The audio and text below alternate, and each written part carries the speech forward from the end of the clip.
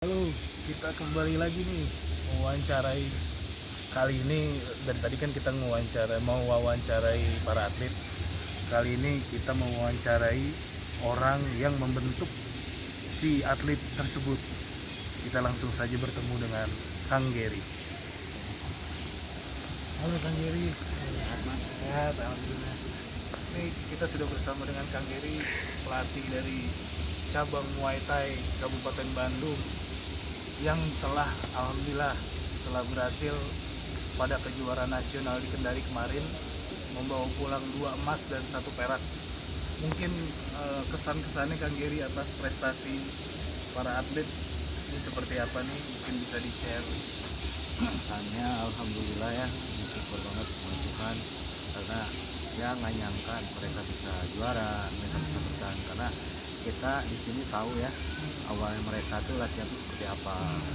Nggak mudah juga bagi mereka, makanya saya bangga gitu ya sama mereka ini, bangga sekali karena ya mungkin seleksi alam juga banyak juga yang gugur, banyak juga yang kabur pulang gitu. Tapi mereka yang 4 ini memang membuktikan bahwa mereka ini sangat luar biasa lah, layaklah untuk mendapatkan juara itu. Luar biasa sih memang, maksudnya dari atlet yang diterjunkan disapu bersih semua ya kan.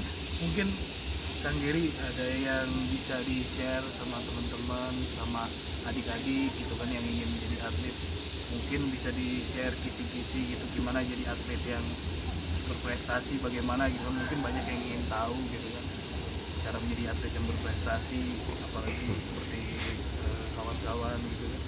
Mungkin Kang Geri bisa share. Oke, kalau saya bilang ke anak-anak, hidup ini pilihan. Hidup ini pilihan. Kalau kamu pengen jadi atlet itu jangan setengah-setengah. Karena kalau kamu setengah-setengah konsisten, kalau kamu setengah-setengah kamu nggak akan jadi apa-apa. Tapi kalau kamu konsisten, fokus, udah benar-benar kasarnya ya udah siap lah dengan segala resikonya, kamu akan juara gitu. Tapi kalau kamu cuma setengah-setengah, mendingan kamu numpang sehat aja. Numpang sehat aja gitu kan. Jadi kita kalau kita ingin jadi atlet itu, satu nggak bisa setengah-setengah, kedua kita harus tekadnya harus bulat, ketiga harus tahu kita ini jadi atlet mau jadi apa, mau jadi juara atau cuman ikut-ikutan doang. Karena kan jadi atlet itu kelihatannya mudah, tapi nggak mudah. Kelihatannya keras tapi nggak keras gitu. Karena semua itu nantinya tuh kembali lagi kepada hasil yang mereka lalui selama ini. Mereka yang kayak adik-adik kita yang tadi yang kemarin ikut kejurnas, nangisnya mereka udah ngalamin saat latihan, sedihnya mereka udah ngalamin saat latihan, tawanya ngalamin, senangnya ngalamin ya. Kalau kata mereka bilang, saya di tempat latihan saya punten ya, bahasanya tuh kayak disiksa, keras gini ya, saya lampiasinnya waktu bertanding. Jadi kan mereka tuh untuk yang lain, untuk yang mau jadi atlet, saya cuma tekan, kalau kamu ingin jadi atlet, fokusnya jadi atlet, jangan cuma setengah-setengah. Karena kayak hidup ini pilihan, lo milih kanan atau mau kiri, nggak bisa juga lo cuma diam di tengah lurus, nggak ada juga gitu. Tapi memang rintangan itu akan selalu ada, ujian itu akan selalu ada. Jadi kalau lo udah milih sesuatu, lo juga harus berpikir, gua siap, gua mampu Mengorbankan apapun. Terutama kan mental hati. Ya kita nggak bisa pungkiri, ini lama ya, sedikit nggak apa-apa ya. Iya, nggak apa-apa. Ini kayak ceramah. Jangan Justru tegang. alhamdulillah buat sharing ini. Jadi gini, apalagi kayak umur mereka ini kan umur remaja yang baru mau remaja, Betul. yang harusnya mereka Masih ini mencari main, jati diri ya. yang harusnya ini mereka tuh main, nongkrong dengan teman-temannya, bergaul. Tapi kan alhamdulillah mereka punya tekad yang kuat. Mereka tiap hari cuma diam di sini, kerjanya cuma sekolah latihan, pulang juga nggak boleh. Apalagi di masa covid gitu kan, kita juga takut gitu ya. Makanya jadi atlet yang untuk jadi juara atlet itu ya harus memang seperti itu, harus mengorbankan hati, mengorbankan semuanya, sampai mengorbankan yang mereka harusnya bergaul dengan temannya ya mereka jadi nggak bisa.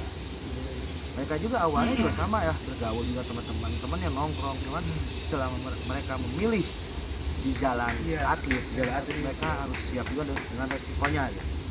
Makanya mereka bilang liburan saya tanding, liburan tanding. Karena kalau mereka nggak tanding, mereka cuma diam di sini latihan. Tapi kalau mereka tanding, mereka bisa naik pesawat kayak kemarin, jalan-jalan, nginep di hotel gitu kan. Nah, liburan mereka itu tanding. Itu liburan ya? Liburan mereka itu Kerja tanding. ya? Dan itu memang kita memang dari dulu ya, termasuk saya dulu juga atlet kan, dididik sama bapak gitu. Liburan kalian tuh sebagai seorang petarung tuh ya tanding. Kalau orang lain mungkin tanding itu dibikin tegang. Kalau kita mengharapkan tanding itu kalau bisa sebulan sekali lah gitu. Karena liburan kita tuh ya tanding, tamasyanya tamasya prestasi gitu ya. Memang betul-betul. Ini bukan rekayasa ya. Mereka juga kemarin ngalamin, makanya mereka waktu kemarin tanding beda sama yang lain. Tegang apa ya, alhamdulillah mereka enggak gitu, mereka tuh seneng gitu kan, bisa tidur bisa santai, bisa jalan-jalan ke sini. Tapi di saat mereka kembali lagi ke sini, mereka harus siap fokus lagi. Nggak boleh mikirin yang lain. Mereka hanya memikirkan sekolah latihan. Dan satu lagi, lu kalau udah jadi juara lu boleh pacaran. Oh gitu. Oh ini ya, nggak ada pantangan gitu ya? Iya. Maksudnya itu sebagai reward kali ya? Kan ya kita nggak bisa ini juga ya mas ya, mereka juga anak muda pengen kan punya pacar, masa-masa apa sebenarnya apa puber, benar. tapi jangan sampai masa-masa puber itu jadi merusak masa depan mereka. Makanya saya bangga lah dengan anak 4 ini karena mereka bisa bertahan dengan situasi yang seperti ini. Gitu. Lebih situasi sulit kayak sekarang pandemi gitu kan. Ya, udah pertama takut COVID, yang kedua harus fokus. Nah itu yang ini kan di rumah itu. Oh iya Kak Geri, kedepannya nih kan pengetahuan saya kan ada Porda betul. Di mana di Bekasi. Mungkin ada mungkin bisa diceritakan persiapannya sejauh ini sudah sampai mana dan harapan dan targetnya seperti apa. Mungkin sebelum Porda kita kan di BK dulu ya, nanti insya Allah akan digelar tuh bulan Juli di Bekasi. Sesuai dengan arahan kepala pelatih Pak Wili, kita target di Pordanya sendiri kita ditargetkan 1 emas. Tetapi kenapa 1 emas? Ya itulah gitu kan, gaya kita itu dari diri itu lebih baik kita merendah dulu lah. Nah, jadi target kita 1 emas. Tapi kita mempersiapkan anak-anak ini, kita saat nanti mereka BK, mereka benar-benar sudah siap, sudah layak, dan sudah mampu. Makanya ajang kemarin Liga Nas juga sebagai ajang pemanasan sebelum babak kualifikasi. Jadi kan, dan jangan salah mereka ini sudah 1 tahun TC di sini. Sudah 1 tahun mereka TC di sini. Pagi sore ketemu keluarga jarang, ketemu orang tua jarang, jangankan orang tua teman pun mereka jarang gitu. Dan ya untungnya memang di pasca pandemi ini ya, daripada mereka harus main dengan mereka di sini gitu. Jadi target kita di BK semuanya lolos karena yang diambil kan 8 besar mas, 8 besar. Terus nanti di Pordanya mudah-mudahan mereka bisa memberikan hasil yang maksimal. Tapi saya yakin lah tidak ada usaha yang mengkhianati. Tapi saya yakin juga karena mereka ini punya mental seorang juara. Mereka dididik ini di sini tuh udah kayak, kalau pasukan tentara mah udah kayak spesialnya lah, kopassusnya lah, 1:12 gitu kan. Ya, jadi makanya di BK nanti target kami, baik target kepala pelatih Polri, targetnya lolos semua. Ingat 99% itu hasil latihan, tapi yang menentukan itu 1% itu Tuhan sama kita gitu kan. Tanpa ridhonya kita bukan apa-apa.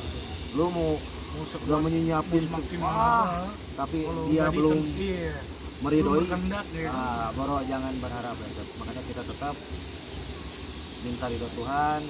Kita juga selalu bilang, juga selalu bilang, setiap lu mau lakukan apapun, latihan mau apa, lu tetap minta ridho orang tua lah. Karena saya yakin ridho Tuhan itu ridho orang tua tuh ridho Tuhan. Itu orang tua tuh perwakilan dari Tuhan. Begitu, betul sekali. Untuk ini kan anaknya tuh di jalur gimana ya kan? Betul. Oh iya, Kang Geri ya Pak, kedepannya juga kan ada PON tuh. Betul.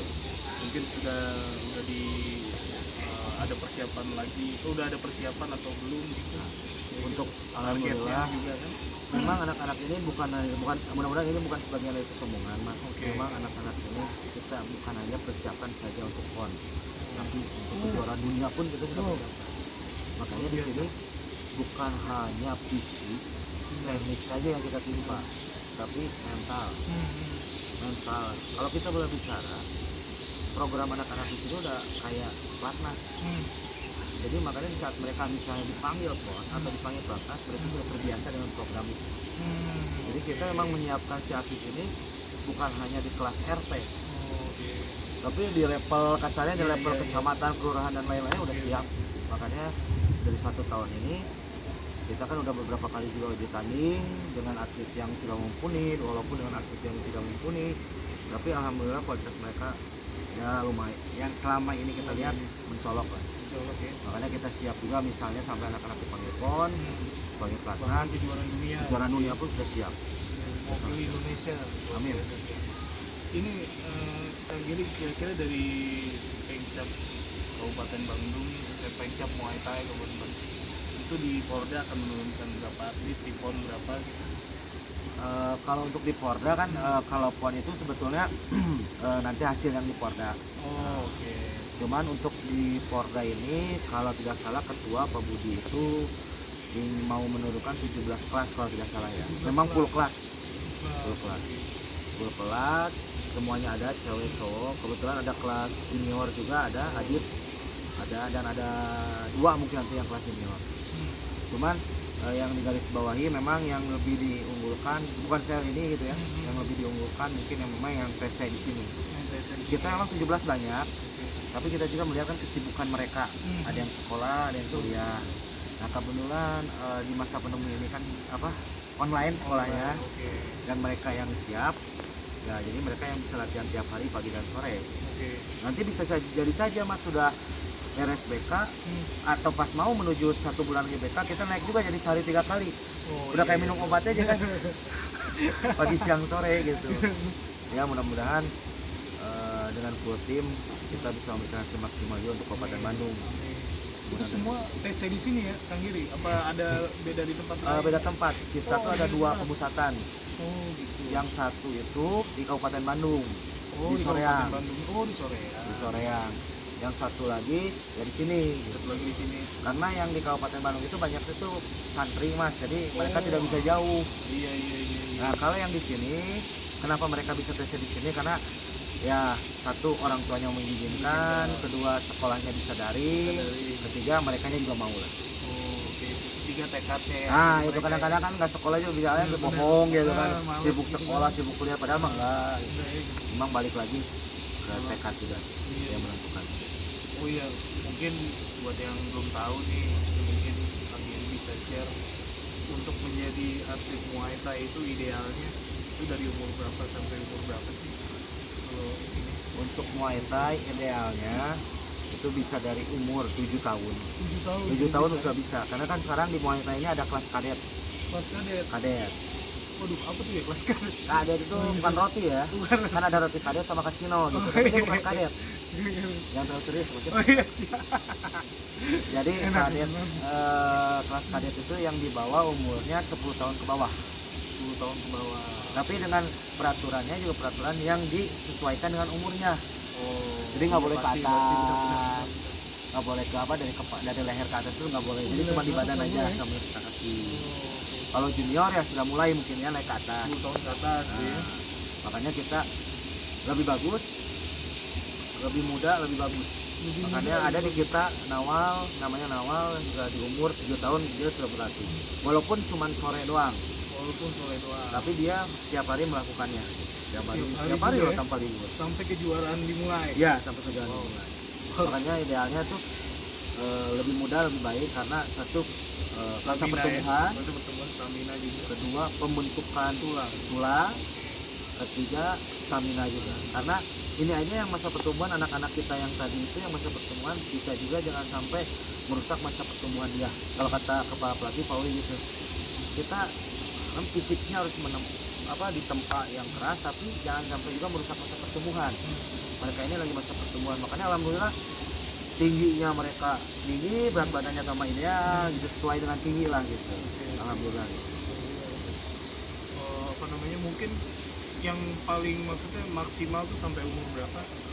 Gary untuk jadi atlet itu maksimal memang kalau laki-laki mentok. Kalau menurut saya itu di umur 32, 30 masih bisa lah. Tapi itu sudah mungkin sudah agak berat gitu ya.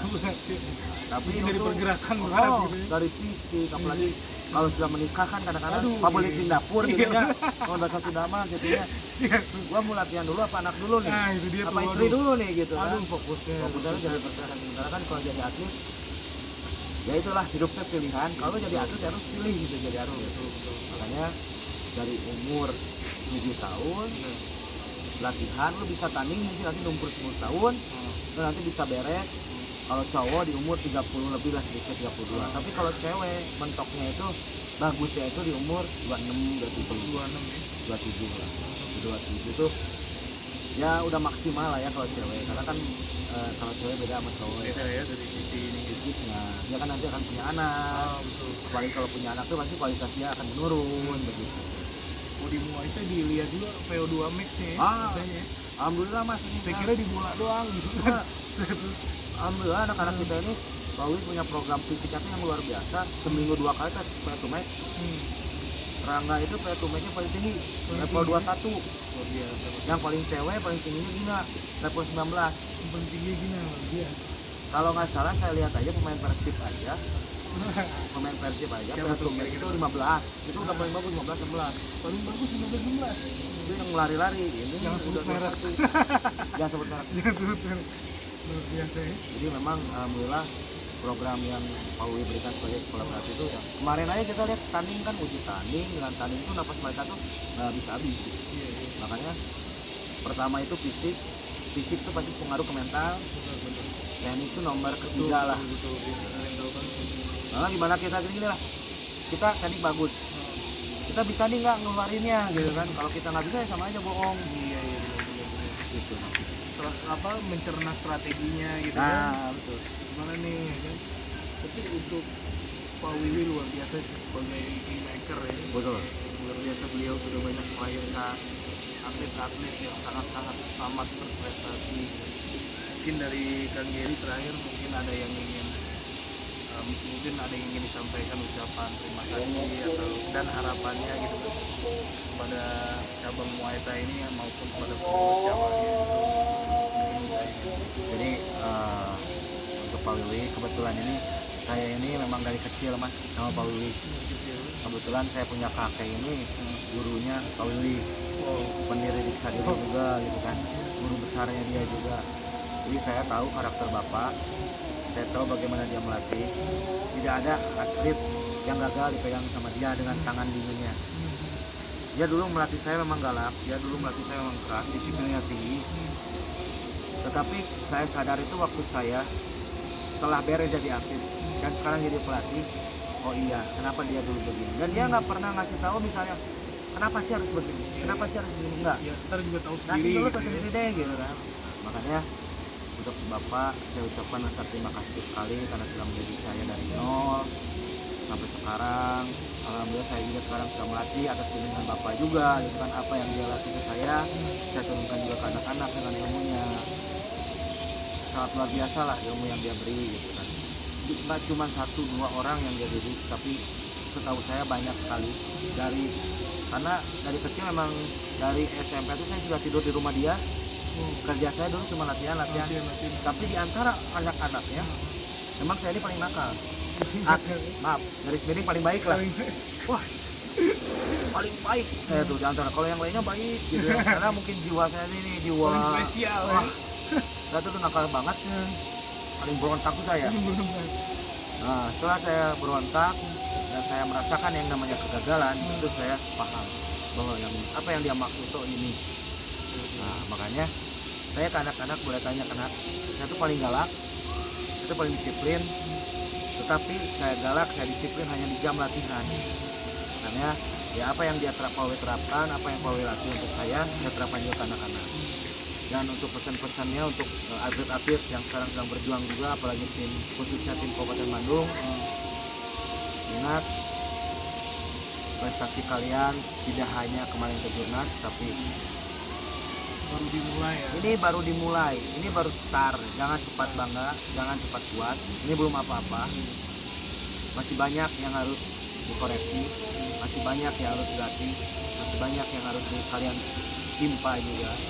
Perjalanan masih jauh. Ingat, hidup itu pilihan. Kalian sudah memilih jadi atlet, teruskan. Lawan itu rasa jenuh, lawan itu rasa malas, lawan itu rasa sakit. Nggak ada pilihan lagi untuk kuat. Karena seorang pemenang itu diciptakan. Kalau seorang pecundang itu memang sudah dibentuk. Tuh, menang itu diciptakan. Nggak mungkin tiba-tiba Menang itu nggak mungkin. menang. Pasti melalui proses yang Panjang, panjang, berat, melelahkan. gitu wah kan. luar biasa. Luar biasa nih. Oke, dari Kang Geri maksudnya kita sudah belajar banyak nih. Seperti yang tadi intisarinya itu mungkin bagi para generasi milenial gitu kan, kalau kalian tuh misalnya dikasih tahu, diberitahu orang tua gitu kan, dibimbing orang tua, itu jangan cepet baper ya kan. Betul. Jangan cepet baper, meskipun orang tua tuh gak ngasih tahu kenapa dia melakukan itu gitu kan, pasti kalian nanti akan tahu endingnya itu seperti apa, ujung-ujungnya untuk kebaikan kalian lagi. Oke, generasi milenial camkan itu. Oke, Kang Geri, terima kasih banyak Sama. atas waktunya. Luar biasa ini episode spesial gitu kan. Liburan pertama Asia kembali kerja. Oke, salam Sultan Al-Fatih Lokum and Sultan Al-Fatih and Kolokum. Ciao.